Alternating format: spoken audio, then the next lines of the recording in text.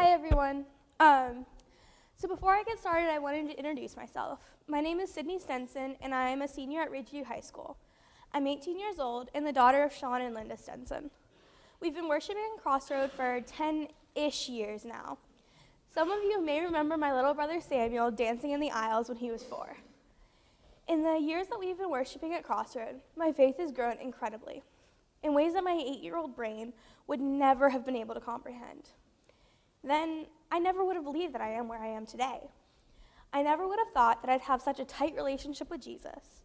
I'd never believed that I'd have the most amazing first job at a Christian counseling center, and I never believed that I'd have built the most amazing, strong faith community around myself.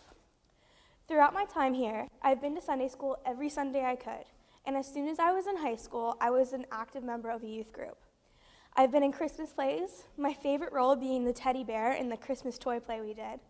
And I was the JPS man, that's Jerusalem Postal Service for those that weren't here, in that one video skit we did.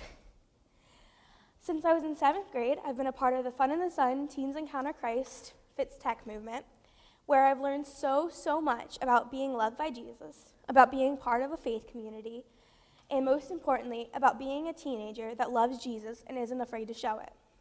Through Tech, I've led a weekend and been a member of council, which, let me tell you, has been one of the most amazing experiences I've ever had.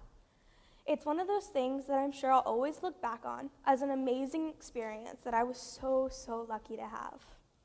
Now, by telling you these things, I want to make sure you know I'm not trying to brag like the Pharisee in the gospel you heard earlier.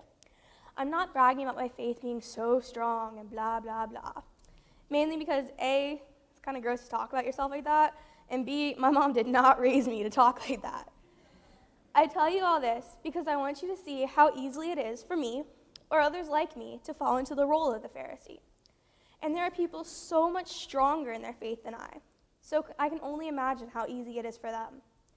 I'm human, so there have been times in my past where I've had that thought, that fleeting, passing thought in the back of your brain of, well, obviously I'm more committed, or totally better than that guy.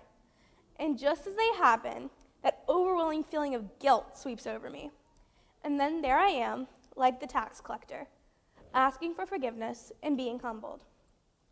Those little thoughts come so easily, don't they? I really haven't experienced much else in high school, so maybe this next statement isn't accurate, but I feel that they come a lot more often when you're in high school. How could they not? A whole bunch of 14 or 18-year-olds forced into this concrete jungle with the smallest lockers you've ever seen. I mean, seriously, I had bigger lockers in junior high. All of these kids trying to find their place, make their mark, just get to graduation so that they can be anywhere else. That stress, it can be a lot at times. And I think that those feelings of stress and worry can really increase those little thoughts in the back of your brain. How can they not? Now, I know for some of you, it's been a while since you've been in those awkward yet somehow amazing years of high school. But try to remember those years of awkwardly trying to fit in, or be that one really cool person's friend, or make the best grade in the class. One little success, and it's almost too easy to slip into those terrible Pharisee-like thoughts. It took me a while to work myself out of that habit, to ask for forgiveness, and to realize that I needed a strong dose of humility. And so I worked on it.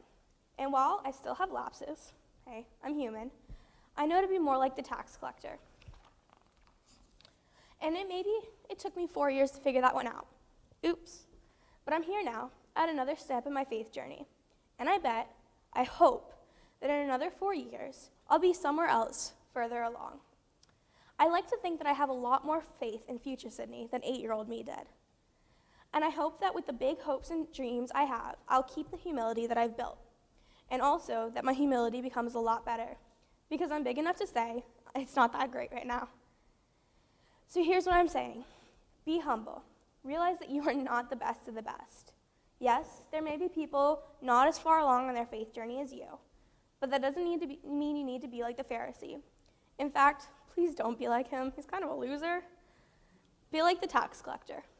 Admit that you are wrong and ask God for forgiveness. Be humble. Before I wrap up, I wanted to say thank you. Thank you to each and every one of you. Because of you, I'm where I am today. Because of your support of our youth, of the kids sitting behind you, Of the littler ones scattered throughout the sanctuary, strong faith is being built. And that's amazing. Believe me, I've just spent 4 years in high school. That's amazing. So give yourself a pat on the back because you're doing great. Please continue to support the youth. Keep participating in the golf tournament. Encourage your kids to go to Sunday school, to get involved in the youth groups, to build their faith communities. Please teach them the values you've taught me. They are so important in the world we're in today, and I'm so, so grateful for them as I prepare for the future in that big, exciting adult world. So basically, thank you. Keep doing what you're doing. Stay humble, and thank you. Love you guys.